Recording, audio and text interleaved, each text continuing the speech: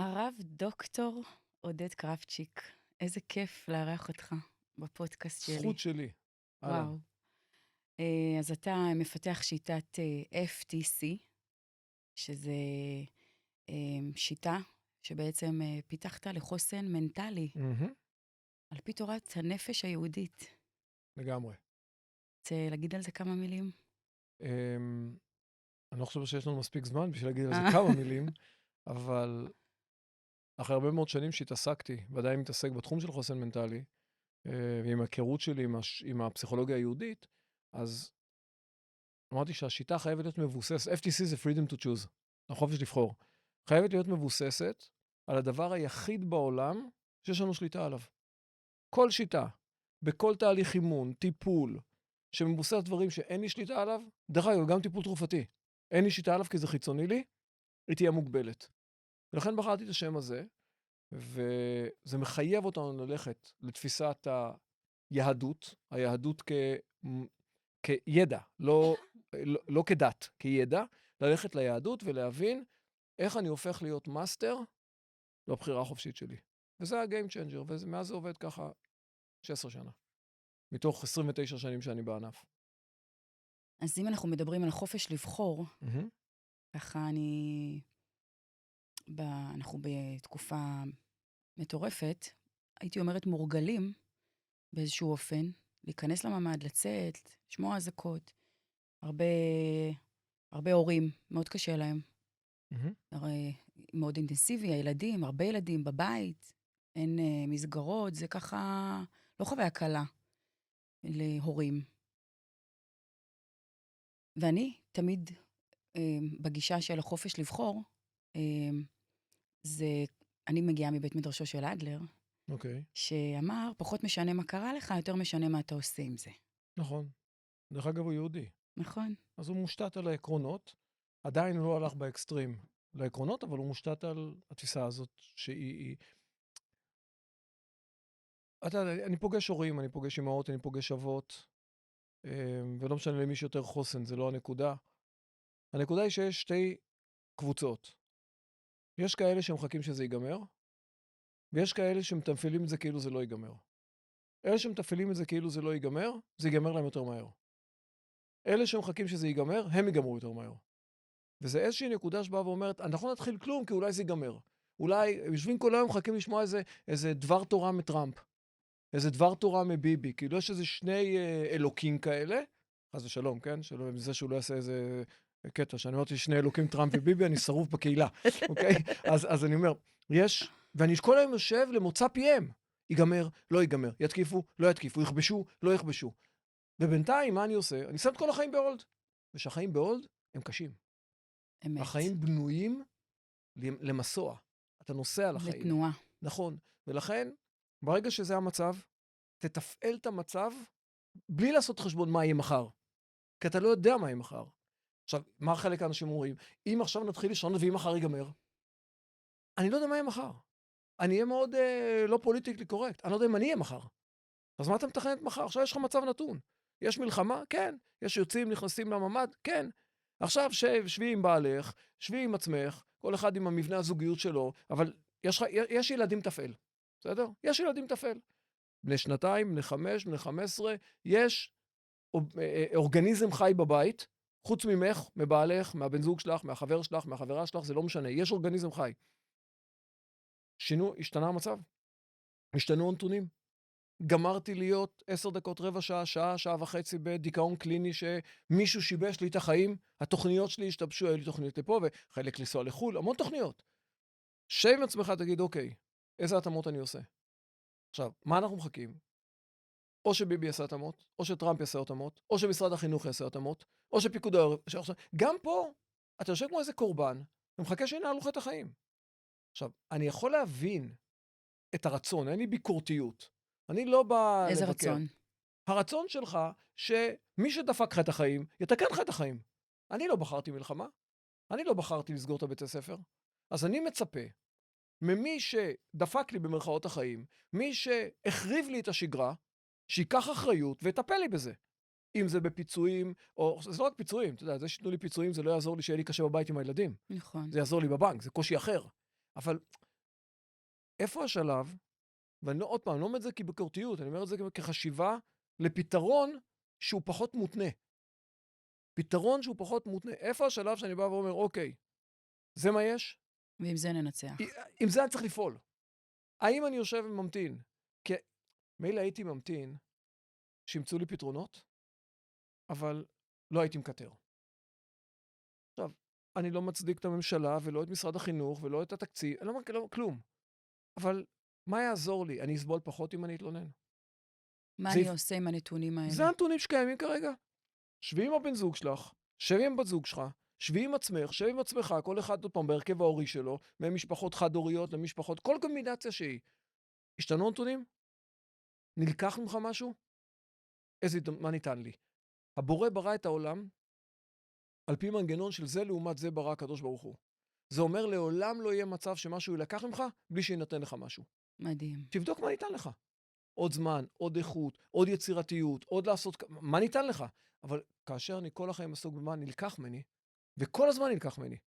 כל הזמן נלקח ממני. עכשיו, אם אני מוכן לקבל תפיסת אמונה שנלקח ממני, רק כדי שיהיה אפשר לתת לי משהו אחר, אז תתמקד מה ניתן לך. ילד שאוחז את הבמבה ביד, ולא מוכן לשחרר אותה בשום מחיר, לא יוכל ליהנות מהמתק אחר שיכנס לו ליד. שחרר. שחרר, תפיל את הבמבה, ואתה יכול לפתוח את ה... זה המקום הזה. עכשיו, זה לא עושה את זה יותר קל. זה עושה את ההתמודדות יותר קלה. וזה המשחק שלנו. זה שריר. כן. שצריך לפתח. לגמרי. לא הבנה, שריר לפתח. שריר, נכון, ממש. נכון. אז בואו ככה נצלול ונדבר קצת על ספר התניא, לפני שככה אני ארחיב וישאל אותך שאלות שיכולות לתרום רבות לקהל שלי ושלך. אוקיי. קודם כל, כמה מילים, ספר התניא. אז קודם כל, בהשגחה פרטית, אנחנו נמצאים היום בי"א ניסן. יום הולדת של יום הרבי הולדת של מלובביץ'. הרבי, וואו. אז אין השגחה יותר טובה להפיץ את התורה הזאת. אומנם היא לא של הרבי, אבל הרבי, כמעט כל מה שהרבי עושה, הוא מושתת על הדבר הזה. הספר התניא זה ספר היסוד של חסידות חב"ד.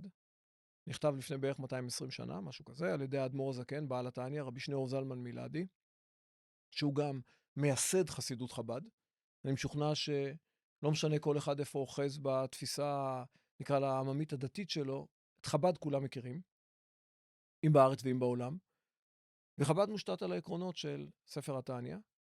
ספר התניא זה ספר שאפשר להסתכל עליו רגע בצורה מקצועית כספר פסיכולוגיה לכל דבר, שנותן לנו איזושהי תפיסת עולם שבאה ואומרת, לעולם לא נוכל להגיע לתפקוד מיטבי, לעולם לא נוכל להגיע למימוש עצמי, לערך עצמי, לביטחון עצמי, לכבוד עצמי, לעולם בלי שנדע מי זה עצמי. ואז בעל התניא אומר, בואו תלמדו מי זה אתם. והוא עושה פה המון חידושים בתפיסת הפסיכולוגיה, אבל למערכת ההפעלה של הנפש. כל המערכת, ששתי נפשות. הוא מכניס פה למגרש שתי נפשות.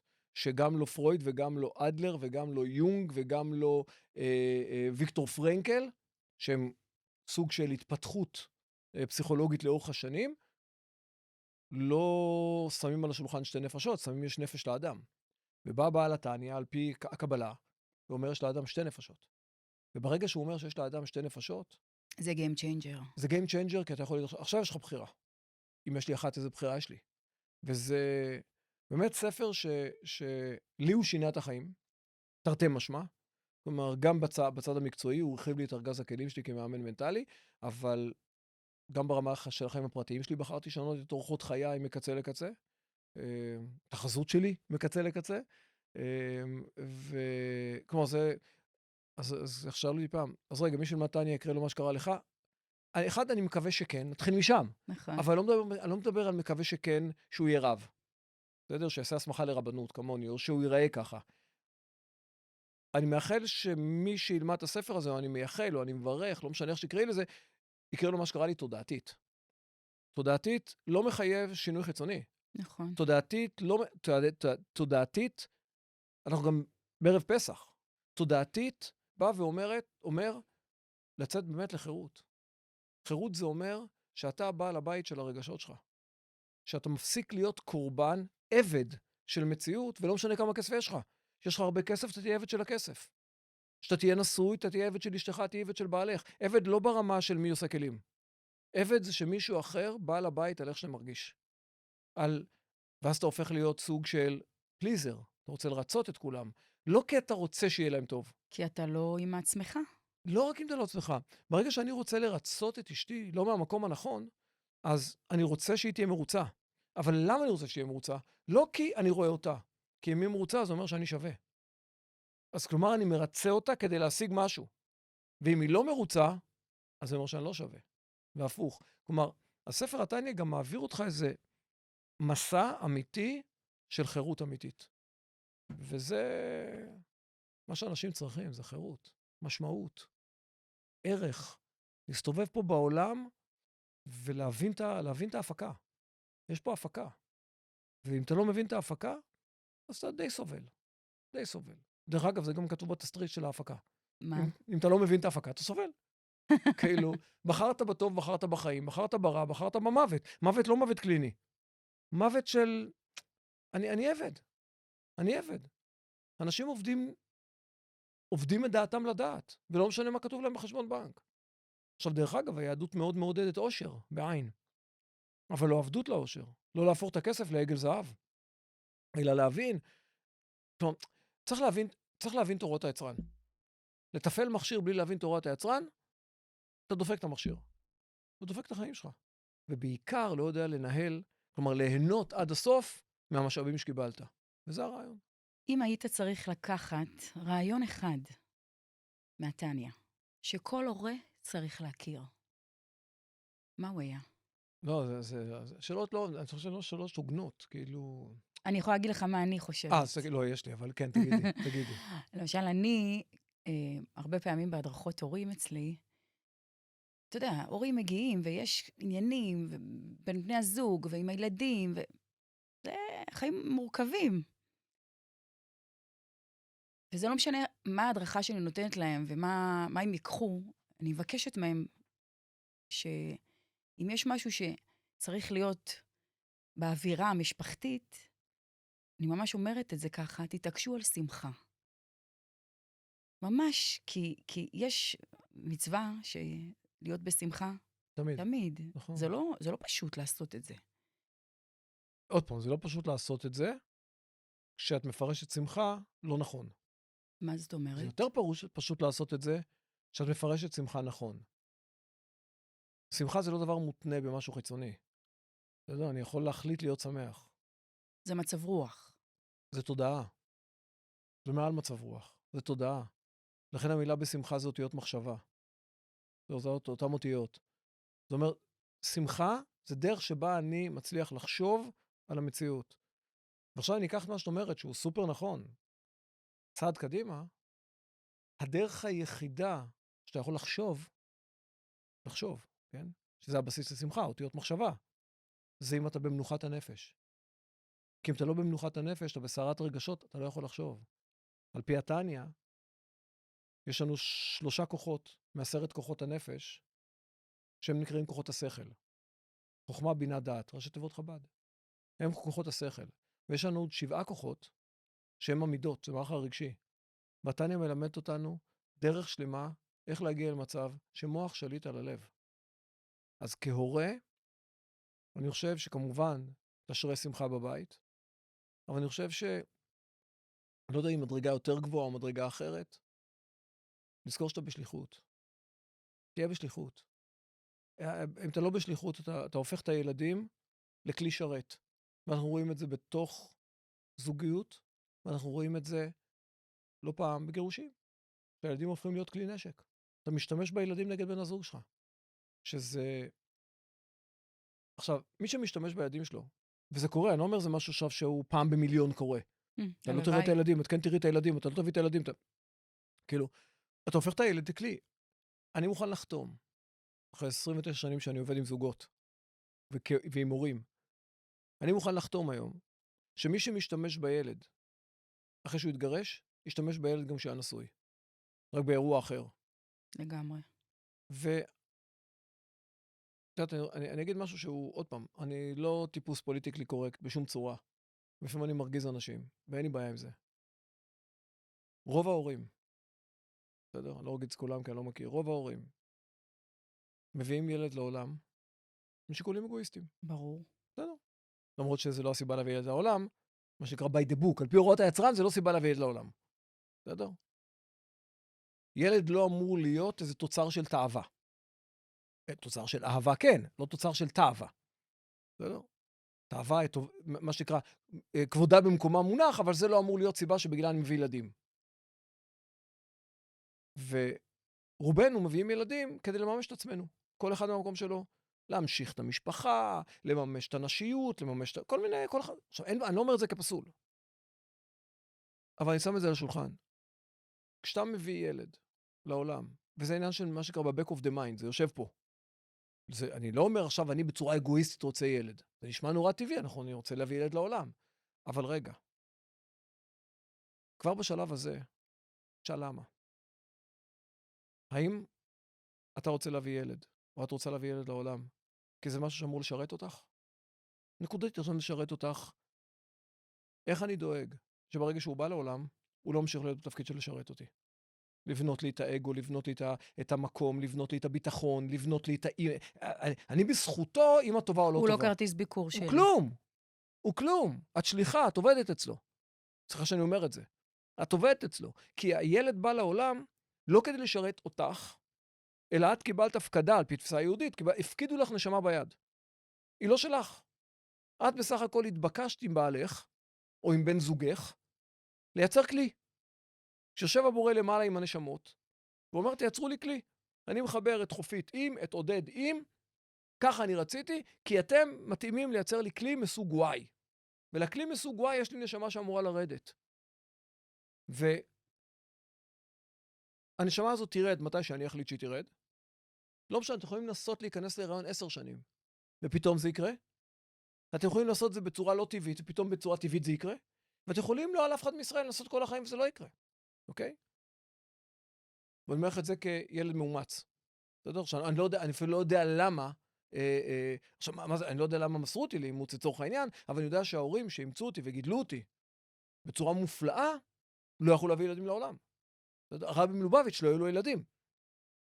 תגידי, הוא בירך בפרי בטן, וראו ניסים גלויים של נשים שלא הצליחו להיפקד, ובזכות ברכות שלו נפקדו. אוקיי? הוא פעם לא ייחס את זה לעצמו, אבל זה היה גלוי. לא היו לו ילדים. כלומר, תברך את עצמך. כלומר, אתה מקושר, יש לך פרוטקציות. אז כאילו, קודם כל תשתמש בבית בפרוטקציות. לא. כי כנראה הבורא חשב, אני לא יודע, שהשליחות שלו יותר גדולה, והילדים שלו צריכים להיות כולם. לא איזה ילד פרטי שלו, אלא הילדים שלו זה כל עם ישראל. למשל, אני לא יודע. אפשר לראות את זה בצורה דומה ולא דומה, משה רבנו. היו לו 2 ילדים. הם כמעט לא מופיעים בשום מקום בתורה. הם לא ירשו אותו, הם לא המשיכו אותו. רוב האנשים לא יודעים מי זה הילדים שלו, יודעים מי זה הילדים של אהרון, נדב, אביהו, יודעים מי זה... אבל משה רבנו היו 2 ילדים. אתה הכי מקושר בעולם. כאילו, אתה אבא הכי מקומבן בעולם. אתה פנים אל פנים מדבר עם הבורא. אתה כאילו, לא תסדר לילדים שלך איזה תפקיד. משהו קטן בבית מקדש, משהו קטן במשכן. כלום. התורה לא מעבירה יותר מאשר 4 שורות. עכשיו, שאתה מסתכל על הדבר הזה, אני חושב לך מה התפקיד שלי כהורה? אני חושב שזה המפתח. ואם אני שואל אותי עם ספר התניא, אני אלך למשהו טכני. יש פסוק בתניא שאומר, בפרק כ"ח, אל תען כסיל באיוולתו, פן תשווה לו גם אתה. וואו. בעברית, אל תענה לטיפש בטיפשות שלו, שלא יהיו פה 2 טיפשים. עכשיו נשאל את עצמנו כהורים, אם אנחנו עושים את הדבר הזה. מי מנהל את מי? מי מנהל את מי? וילד לא פעם יענה בטיפשות. טיפשות זה לא כי הוא טיפש, כי הוא מוגבל יחסית להורה שלו מבחינת תובנה. נכון. והוא מדבר מנקודת מבט צרה של ילד, זה נקרא קטנות מוחין. משם הוא מדבר, משם הוא רוצה. תסתכלו מה קורה לנו, אומר להורים, תסתכלו מה קורה לכם, בחיים שלכם, שאתם לא מקבלים את מה שאתם רוצים. שהחיים מנגדים לכם, הנה עכשיו התחילה מלחמה, טרפה לכם את התוכניות. כמה תסכולים. וכמה אתם מתחרפנים. ולכם עוד יש כלי, נכון. לילד אין. בטח לא עד גיל 13 בנים, 12 בנות. אין. מה אתה רוצה ממנו? כשאתה מסתכל על זה, אתה בא ואומר, וכמה אנחנו נופלים לפעמים לריב איתם, ולהתווכח איתם, ולכעוס עליהם. להיעלב מהם. כאילו, שבכלל מה? אין לנו פריבילגיה. להיעלב מילד, על מה אתה יכול להיעלב מהם? לכעוס על ילד. עכשיו, זה לא שהם מסתכלים עליי ויגידו עכשיו, בטח מישהו רואה אותנו, מעניין אם הוא כועס על ילדיו. כן, הוא כועס. אבל זה לא השאלה. אם אני לומד טניה, אני מבין שיש מנגנון שיחייב אותי לכעוס.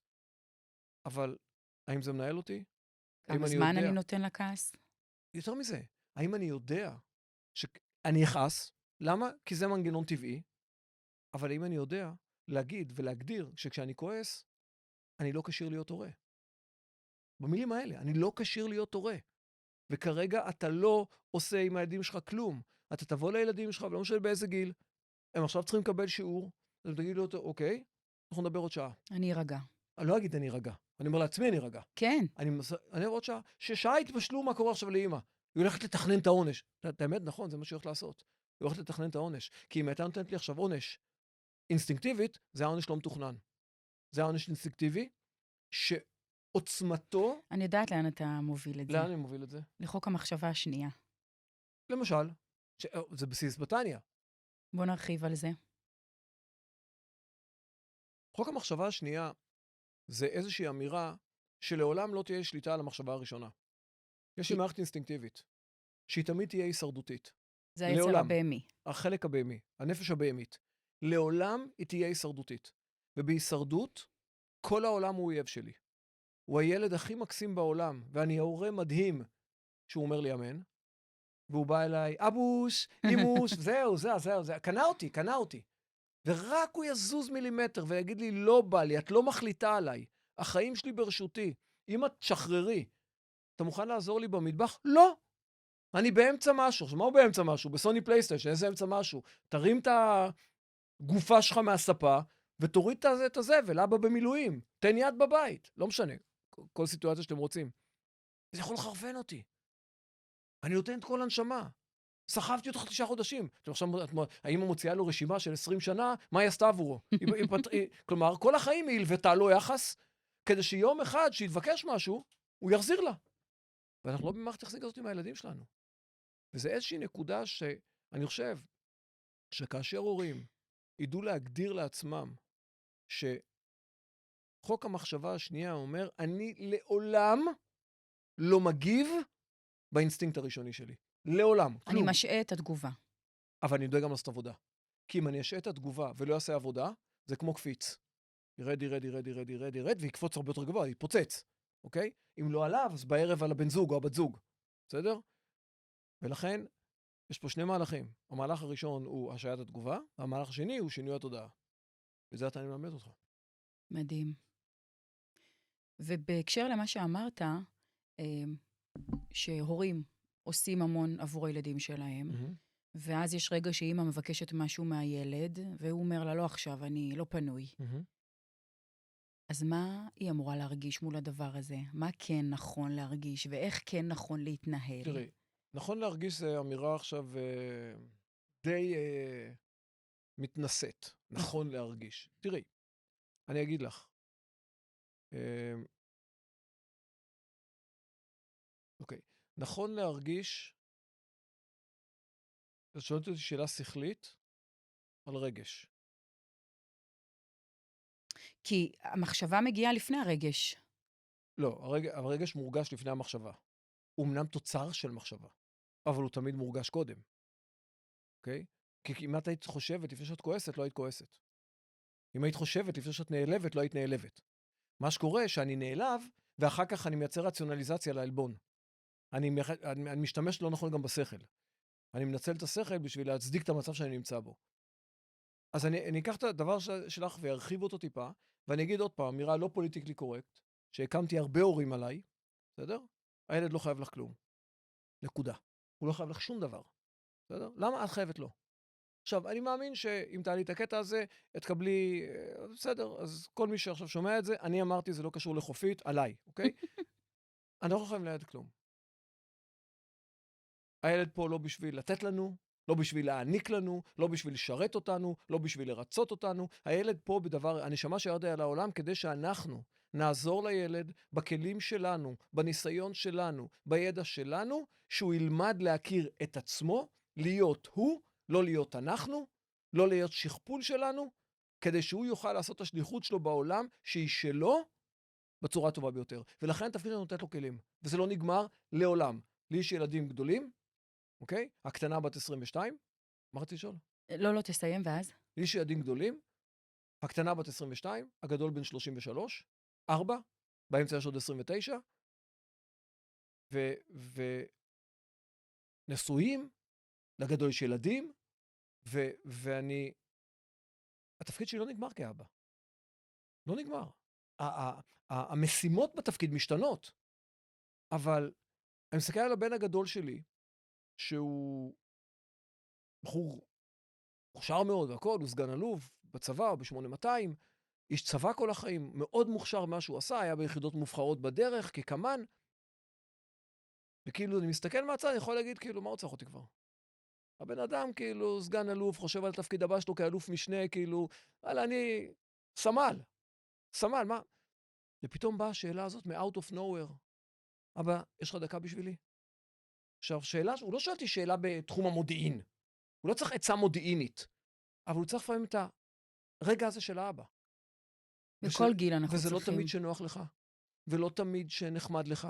ואני אקפוץ איתך עוד 2 דורות קדימה, עם אמא שלי, שהיא גידלה אותי מגיל חצי שנה, והיום אישה בת 91, דימנטית, ואני מרגיש את ההרגשה שלי לפני שאני בא אליה, והיא בכלל לא יודעת, אני שומע אותה מדבר בטלפון אני אומר, את רוצה לדבר עם אשתי, עם גלית?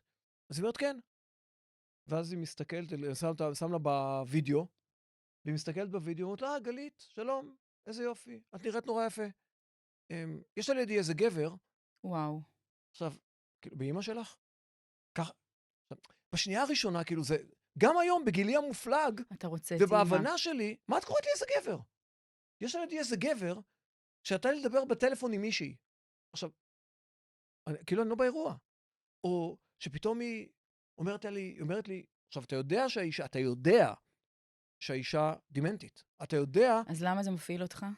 כי בסוף זה אימא שלך, ושהיא אומרת לך שאתה לא בן טוב, ואתה בא רק כי אתה רוצה לנצל אותה, זה מזיז אותך, די, אבל יש לך את כל הכלים, אתה גם מאמן מנטלי, אבל על פי שנייה. ואני יודע מה שפתאום אני בא ונכנס בדלת, והיא, עודד, איזה יופי שבא, והיא מזהה אותי, עכשיו, זה עושה לי טוב. למה זה עושה לי טוב? עכשיו, אני יכול להגיד לך להיות כאילו בן מקסים, זה עושה לי טוב כי אני רואה שלה כרגע טוב. לא, זה עושה לי טוב כי זה אתה אותי. זה אגוצנטריות נטו. אני נורא שמח בשבילה, אבל זה עושה לי טוב. למה זה מנהל אותי? כי בסוף, המערכת יחסים בין הורים לילדים היא לא נגמרת. נכון, אף פעם. ואסור לנו ליפול כהורים למלכודת, ששואלים אותי לא פעם הורים, שאתה אומר, עודד, הילדים הם לא חייבים לך כלום, אז מה אם כבד את אביך ואת אמך? ישר הולכים לשם. ואני מזכיר לכל ההורים, הציווי לילדים לכבד הורים, הציווי על הילד לכבד הורים, הוא לא תולדה של צורך הורים לכבוד. זה המשימה שלו בחיים. זה המשימה שלו בחיים. ואתה אמור לכבד את ההורים שלך רק מסיבה אחת. לא כי זה הגיוני, קיבלת ציווי לעשות את זה. לא כי ההורה צריך את זה. עכשיו, אנחנו פה צריכים לשחק בתוך התמהיל הזה, שיש לי נפש בהמית, ונפש בהמית רוצה צורך, ורוצה את זה. עכשיו, אותו ילד שאומר לך, לא בא לי, מה באותו רגע אני צריך להרגיש? שכנראה אני צריך לעשות איזשהו שיפור בשליחות שלי? אם אני חושב הוא עכשיו צריך שיבוא לו, אבל למה הוא צריך שיבוא לו? אז אני אבוא ויגיד, יש פה ערך של הדדיות, יש פה ערך של שותפות, יש המון ערכים. נכון מאוד. אז אני אתווך לו את הערך הזה. אז אני עכשיו זיהיתי בתגובה שלו, איך אני צריכה לחדד את השליחות שלי. אבל האופציה האחרת, אני צריכה להיכנס בו. אני צריך להראות לו. איך הוא לא נותן לי. זה השליפה. נכון? ולכן שנייה. כל הזמן שליחות. זה מדהים. ואם אנחנו כבר מדברים על נפש אלוקית, נפש בהמית, איך אפשר להשתמש ברעיון הזה כדי להבין התנהגות של ילדים? כמובן, מעל גיל 13. כי לפני כן אין נפש אלוקית. אין נפש אלוקית. נכון.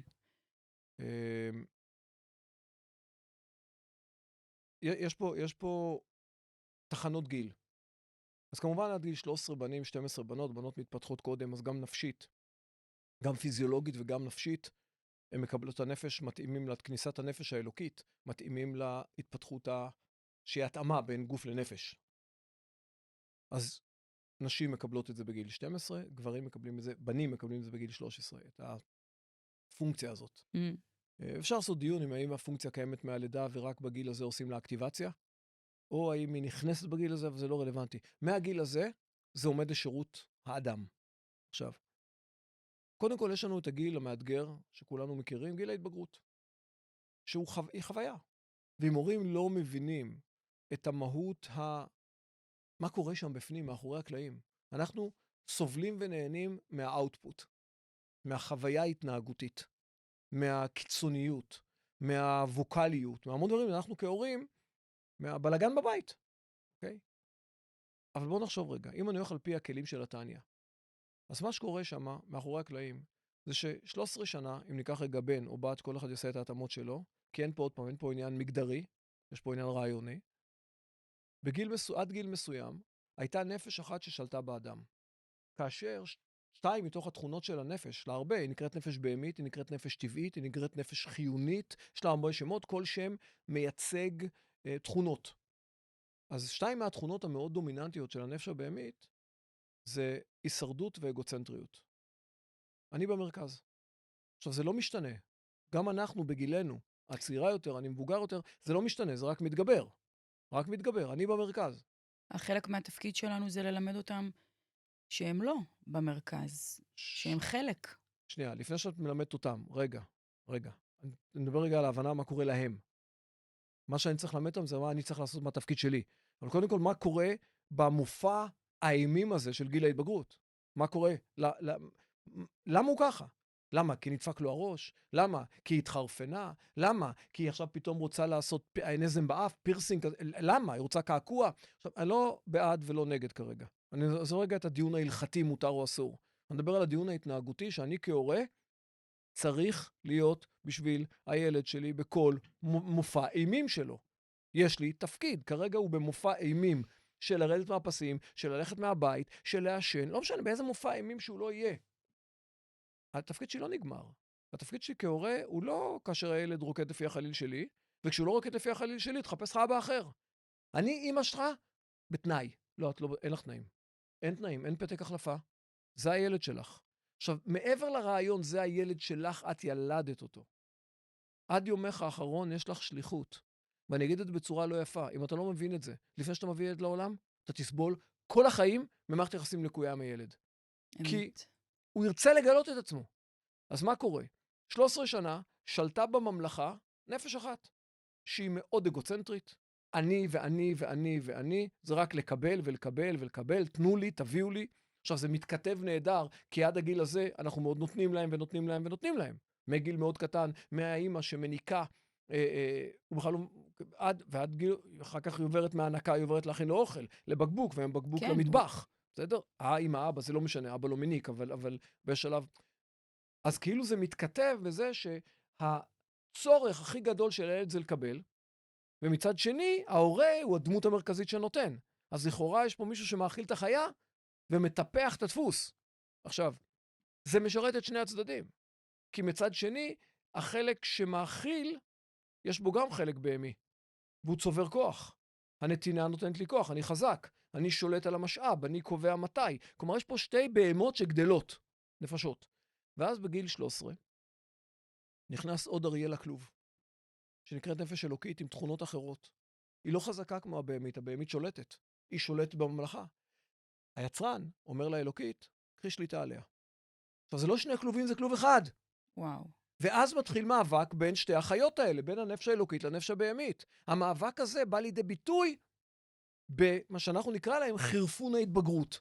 יום אחד הוא נחמד, כי הנפש האלוקית, הבהמית נרדמה רגע, אז הילדה נהיית מלאך. חמלה. כן, אמא, איך אני יכולה לעזור, ובכיף. אמא, שבי תנוחי, ואחרי דקה, הבהמית התעוררה, ולפני רגע המלאך הזה אמר, אמא, שבי תנוחי, ואחרי דקה, מה, אני פריירית שלך?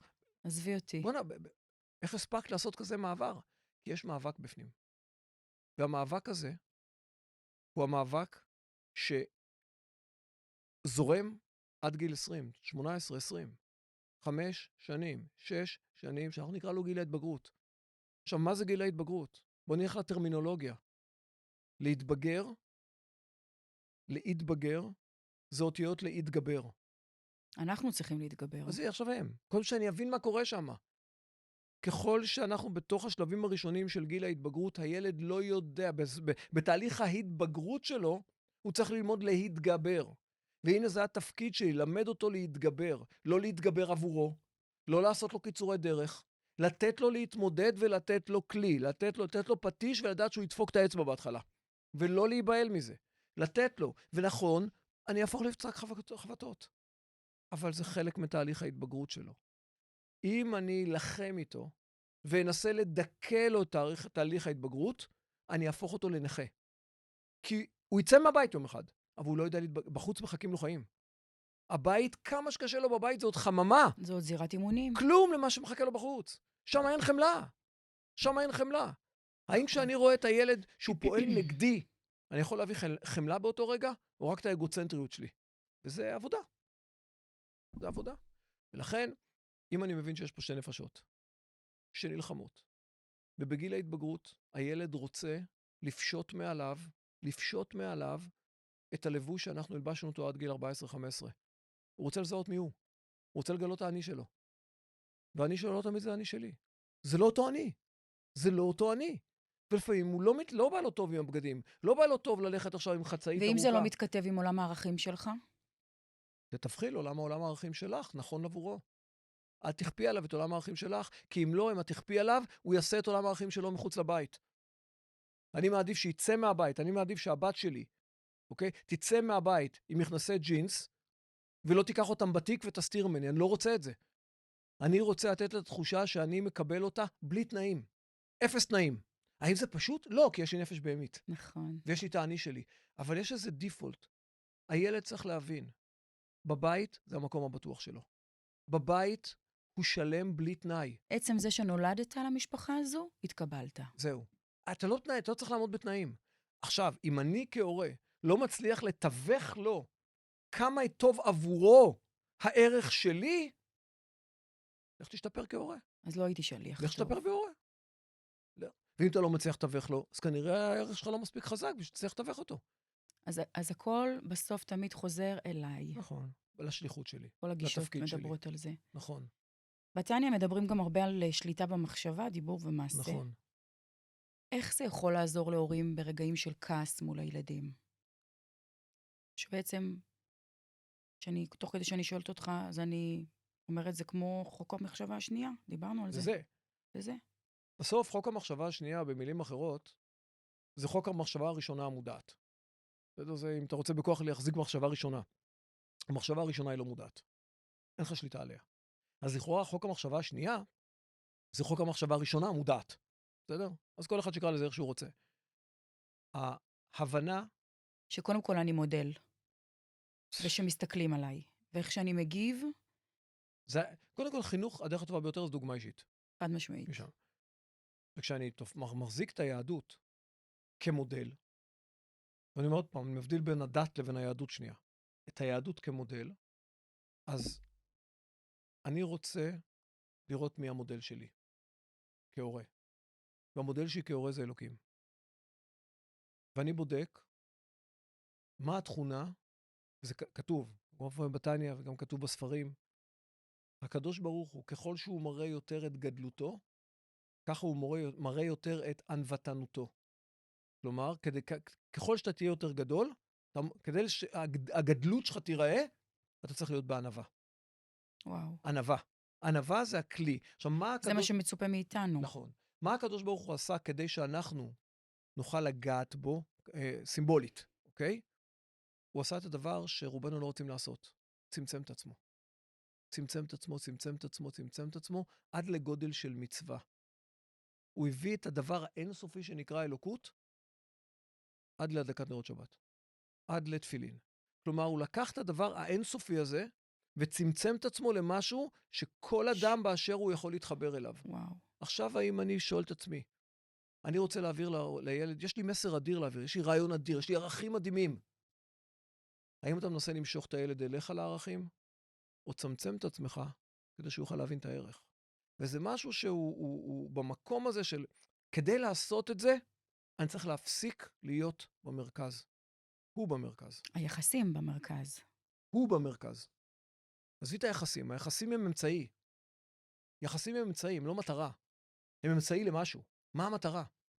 המטרה שלא יהיו את הכלים להכיר את עצמו בצורה הטובה ביותר, כדי שיוכל לממש את עצמו בעולם בצורה הטובה ביותר, לפי מי שהוא. לפי מי שהוא, וזה קשה. וזה מה שיביא ליחסים בעצם נכון. נהדרים. אם אני אנסה לשבת אותו, לאלף אותו, אז לכאורה, אני אגיד עוד פעם, לא אמירה פוליטיקלי קורקט, בגלל שאין לו נפש אלוקית עד גיל 13, לכאורה יש שם יותר תהליך של אילוף. כי אין לו בחירה. הוא כמו בעל חיים. רק זה מטה, זה ילד, אני יודע מה הוא. אבל הוא כמו בעל חיים. כמו כל בעל חיים בטבע, אין לו נפש אלוקית, אין לו בחירה. הוא טבעי. אז אני צריך להיות זה שנותן לו את הכלים, להכין אותו ליום שתהיה לו בחירה. ואז שתיכנס הנפש האלוקית, הוא ידע מה קורה. כי הוא יתאמן, מה שנקרא, יבש לבני רטוב. אבל עכשיו, כאשר אני מבין שמה הוא צריך, ואני מבין שמערכת יחסים זה אמצעי, אין לי שום מטרה שמערכת יחסים טובה או לא טובה. אם מערכת יחסים לא טובה, תשרת ותיתן לו כלי יותר טוב, אז אני מערכת יחסים לא טובה. אבל אני אומר את זה סתם, כי זה לא רלוונטי, זה לא עובד. זה לא עובד. זה עובד בדרך כלל להורים, כי שם ההורים יכולים להשתמש במשאבים שיש להם, שהם יותר חזקים מהילד. אם זה כלכלי, אם זה פיזי, חס ושלום, אם זה ווקלי, כל מיני סנקציות. אבל ברוב המקרים זה משרת את ההורה. זה משרת את ההורה, זה נותן לי את השקט, זה נותן לי את קונטרול, האיום. שליטה. שליטה, אבל זה משרת אותי. ולכאורה אני גם משיג, אם אתה רואה, דפקתי על השולחן, צרחתי, אז הוא עושה מה שאני רוצה. אבל הוא לא למד כלום. נכון. הוא רק למד שאמא מפחידה, אמת. ואני צריך למצוא את הדרך לעקוף את זה. הוא יעקוף את זה. הם יותר חכמים מאיתנו. איך הורה יכול לעבוד עם עצמו, לפי הכלים של התניא, כדי להיות מודל רגשי לילדיו, או בכלל מודל?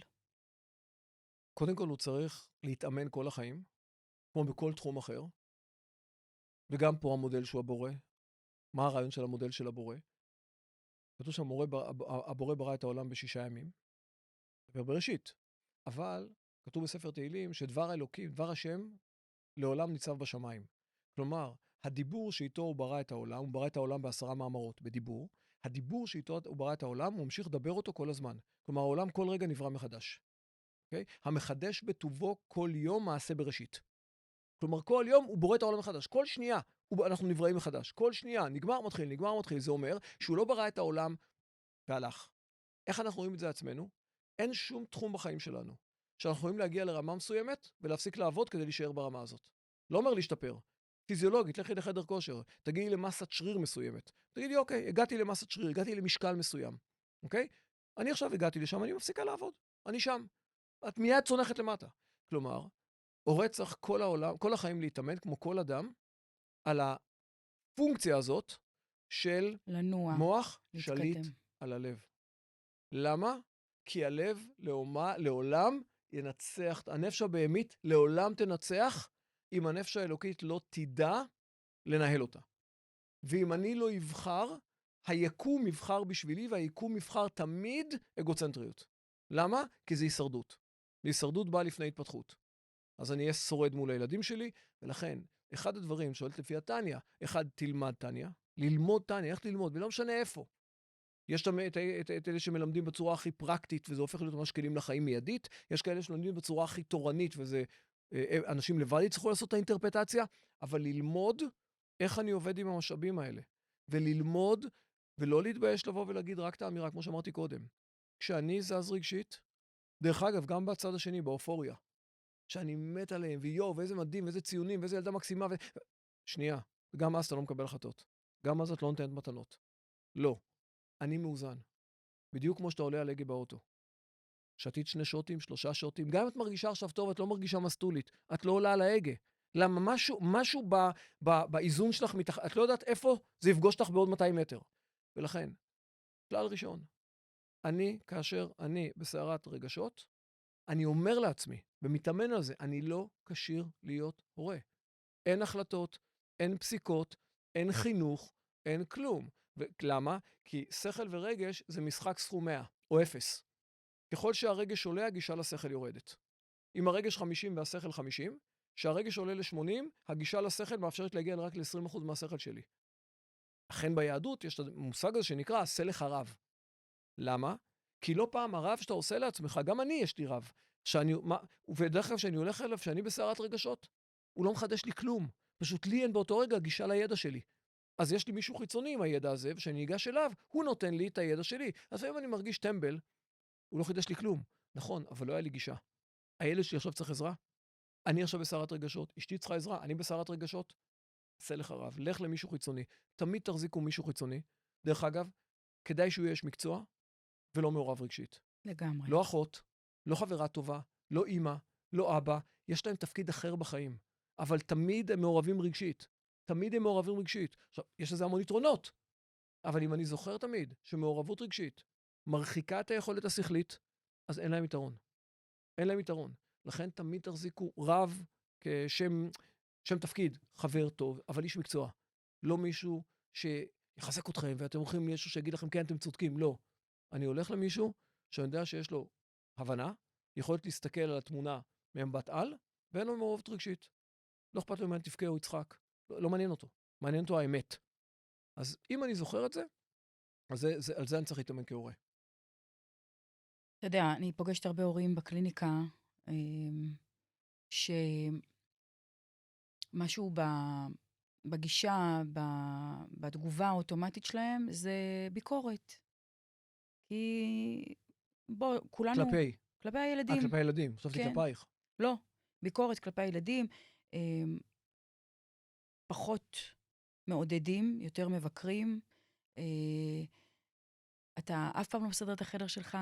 האף פעם הזה שעוד יותר מכווץ, כי למה אתה אומרת שאף פעם? אם לא סידרתי כמה ימים, אתה אף פעם לא מקשיב לי. איך אפשר לחנך ילדים? כמובן שאנחנו מחברים את זה תמיד לספר התניא, מתוך אמון בכוחות שלהם. מה הספר אומר על העניין הזה? איך אני יכולה לעזור להורים להבין שביקורת היא רעה חולה? לא. אני לא חושב שזו אמירה שהייתי חותם עליה אוטומטית, מכילה, היא רעה חולה שמשתמשים בה לא נכון. ביקורת זה כלי, זה משאב. אז אפשר לקרוא לזה משוב, אז אפשר לקרוא לזה זה איך שאת הערה. רוצה. השאלה זה לא איך קוראים לזה, זה איך עושים את זה. בסדר? זה כמו שאני תמיד אשאל אנשים, סכין זה טוב או רע? תלוי. אוטו זה טוב או רע? איזה שימוש עושים תלוי. בזה? כלומר, ביקורת זה משאב. היא קיימת בעולם, זה משאב.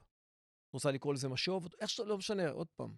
בסוף, זה שאני אחליף את המילה, לא ישנה את הדרך שאני עושה אותה. אבל ההורים האלה שמגיעים מהמקום הביקורתי אומרים, איך הוא ילמד? אין לי בעיה.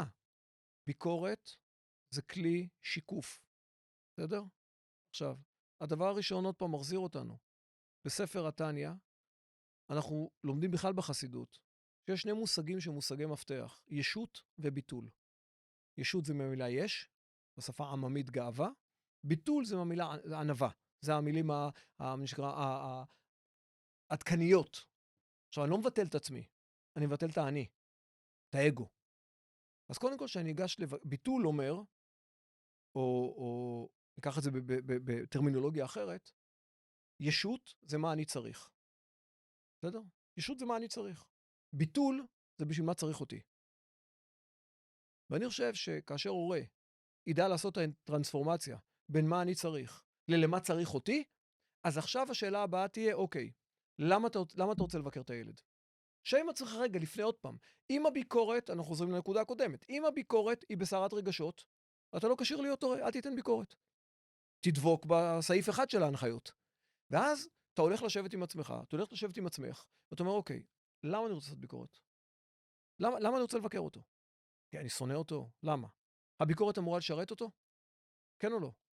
אני שואל. תלוי בסיטואציה. למה אני רוצה לבקר? למה? עכשיו אני מעלה את הדיון. קודם כל כדי להרגיש טוב עם עצמי. אז אתה לא מבקר. אתה רוצה להרגיש טוב לך, לך תעשה כושר. לך תעשה פילאטיס, נשמה. למה אני משתמש בילד בשביל הצרכים שלי? עוד פעם, זה אומר נפש בהמית מנהלת את האירוע. את רוצה שהבהמה תנהל את הילד? את רוצה שבהמה תחנך את הילד? אם כן, תמשיכי להשתמש בו. וואו, זה שם, זה מאוד מאוד, אולי זה חריף מה שאני אומר, כן. אבל שאני זה אשאר לא עם עצמי, חריף, זה עמוק, זה צריך... שאני אשאר עם עצמי במטבח, וזה התניה דורשת מאיתנו. האם אתה הולך לחנך את הילד במקום של ישות, או במקום של ביטול? במקום של ביטול הוא העניין, במקום של ישות, אני העניין. אני העניין. עכשיו, אם אני יושב במטבח, כי לפני רגע הגרתי את עצמי, אני לא כשיר להיות הורה. למה? זה טבעי. האסון זה שזה לא שזה קורה לך, שאתה מתעלם מזה שזה קורה לך, ואתה ממשיך ב-200 קמ"ש לתוך קיר. הבנת שאתה נוסע 200 קמ"ש, הבנת שהקיר לא הולך לזוז. צור, שים ברקס. אז זה העניין, הקיר לא יזוז דרך אגב. אתה תרגיע את הילד במרכאות, מטאפורית. אז אני אומר, רגע, אני עכשיו חוזר חזרה ואומר, אוקיי, למה אני רוצה לבקר את הילד? זה אומר שאני מעלה את הדיון מפה לפה. ברגע שמעלים את הדיון לשכל, זה כמו לעלות מהתנור למקרר. תנור מגדיל, מקרר מצמצם. מקטין. יופי. למה אני רוצה לבקר אותו? בשבילי או בשבילו? בשבילו. אם זה בשבילך, אז אתה עוד לא כשיר, לך תעשה סיבוב הליכה. עכשיו תחזור. בשבילי או בשבילו? אני רוצה לבקר את הילד בשבילו. זה חשוב שהוא יהיה לו גבולות, חשוב מקסים. עכשיו בוא ננסה להתאים את הביקורת לשני או לשלושה פרמטרים.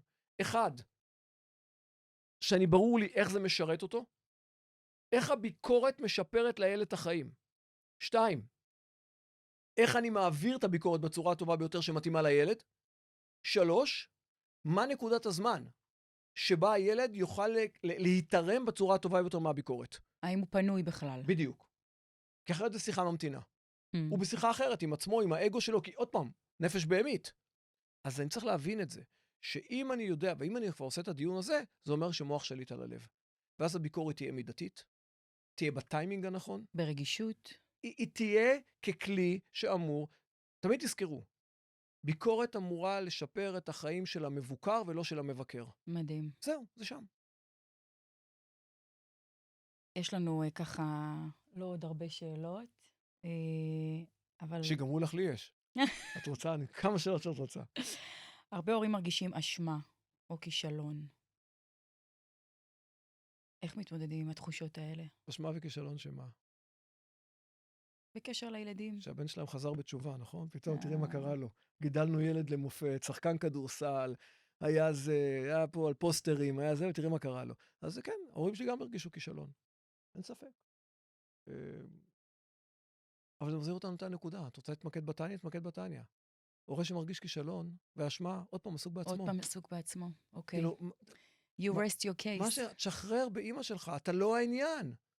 אתה חושב שטעית משהו בדרך? שאת, נורא חשוב. כשאני חזרתי בתשובה, ולא חזרתי ילד בן 12, ולא חזרתי מתוך איזה משבר, ולא חזרתי מתוך איזה גחמה, לא נסעתי להודו והייתה לי הערה, לא הייתי באוטו בחיים, ולא היה לי זמן, צחקתי כדורסל. וחזרתי בתשובה בגיל 45. זה אבא עם ילדים.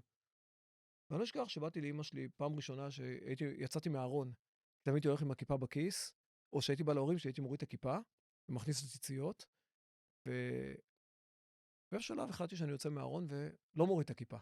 פחדתי פחד מוות. עכשיו, ההורים שלי, הייתי ילד מאוד מאוד לא סטנדרטי, כלומר זה, אבל פחדתי, כי זה כאילו אמירה. והחלטתי אמא שלי מסתכלת ככה ואומרת, יפה לך. אמרתי, אולי זה עבר בשלום. איזה עבר ואיזה בשלום. משם התחלה מסכת שלמה. למה? ואיפה טעינו? מה אתה צריך את זה? לא למה אתה צריך את זה, למה אתה עושה לנו את זה? מה היה רע באיך שגידלנו אותך? קיבלת הכל.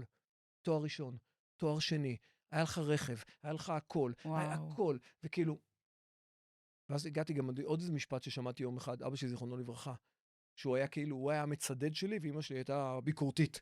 אוקיי? והוא אומר לי, איזה פרצוף יהיה לנו מול החברים? כרטיס ביקור. אמרתי לו, רגע, עד היום היה לך אחלה פרצוף מול החברים, שהבן שלך שיחק מכבי תל אביב, היה לך מה אחלה פרצוף, נכון? שנים נתתי לך פרצוף, עכשיו אני רוצה המון דברים כאלה.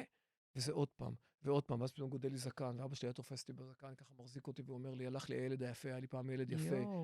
אמרתי, אבא, אתה שכחת ששנים היה לך בעיה עם העגיל? אז עכשיו הנה, הוצאתי את העגיל. אז מה אתה מתמקד בזקן? תתמקד בזה שאין לי עגיל. כלומר, תראה את היתרונות.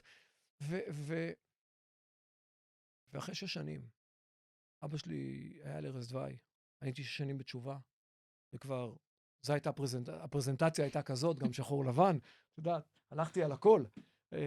ואיזה יום באתי אליו לבית חולים, ואני יושב על ידו. ואני חושב שזה מפתח לכל הורה. הורה שמוכן להיות אותנטי. והייתי כבר עם חשיבות מאוד גדולה לכיבוד הורים, הרבה מעבר להיגיון שלי. ואני יושב מולו, ככה מחזיק לו את היד, הראש לא היה צלול. אבל לא היה ממש... אני לא אבא, יש לי שאלה אחת קטנה. אני יכול? ואני מתנצל מראש, כי אם זה אני עושה פה עניין של כיבוד הורים. הוא אומר לי, עזוב אותך, אתה עם השיטות הדתיות שלך. תקדם, מה אתה רוצה לשאול? אמרתי, אני באמת, מחילה, אני לא רוצה לפגוע. אמרתי, אבא, תקשיב, 6 שנים. אני שומע מכם, אני בן 51. התחלתי בגיל 45 תשובה, אני בגיל 51. שמעתי מכם, למה עשית לנו את זה, ולמה בחרת בזה, ואיפה טעינו, ומה היה רע, כלומר, שמעתי את זה המון, המון, המון, ואיפה הילד היפה שלי, ולמה, כאילו, למה פעם אחת ב6 שנים לא שמעתי שאלה אחת? עודד, טוב לך? פעם אחת ב6 שנים תשאל אותי מה אני מרגיש. פעם אחת! הבנתי מה עשיתי לכם. הבנתי איזה בושות, הבנתי הכל. הכל. אבל פעם אחת, ילד. כי אני תמיד ילד, לא משנה בין כמה אתה ילד. טוב לך בחיים. אתה מאושר, ואני חושב שאנחנו מפספסים את זה אם אנחנו עסוקים לכל אור חינוך הילדים בעצמנו, תחת הפייק שאנחנו ממוקדים בהם ורוצים את טובתם. עכשיו, אני משוכנע, כולנו רוצים את טובת הילדים, אבל אנחנו לא נדע על פי התניא. להתנהל נכון בכוחות שלנו, הפנימיים, אז זה לא משנה מה אני בפנים רוצה. מה שיצא החוצה זה הישות. וזה התפקיד שלנו. שאלה לסיום. אם אדמו"ר הזקן היה מדריך הורים, מה לדעתך הוא היה אומר להורים של 2026?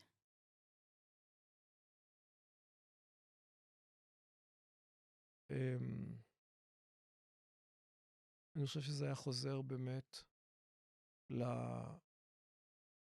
לחשיבות של השליחות שלהם פה בעולם. לפני פרקטיקות, שליחים.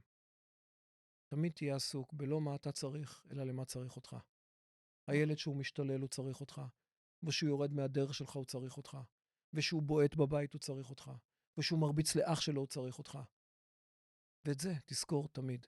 ואם אני אזכור שאני בתפקיד, ואני אבין את כובד האחריות שקיבלתי, אז אני אגש ביראת כבוד לתפקיד הזה, ולכל מילה שיוצאת לי, לעבר הילדים שלי בכל רגע נתון. ובאמת, האם אפשר 24/7? לא.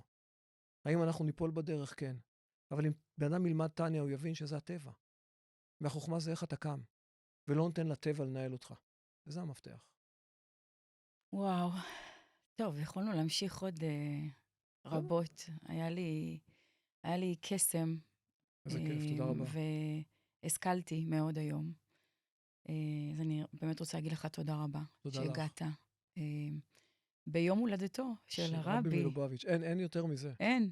מה הסיכוי שזה התאריך שפנוי למיקי? למיכאל. למיכאל. תחשבי מרגע זה על המלאך. על המלאך. על המלאך. אין מיקי יותר, יש מלאך. מלאך עם אוזניות.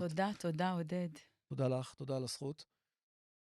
שזה רק יעשה טוב, אמן. אמן.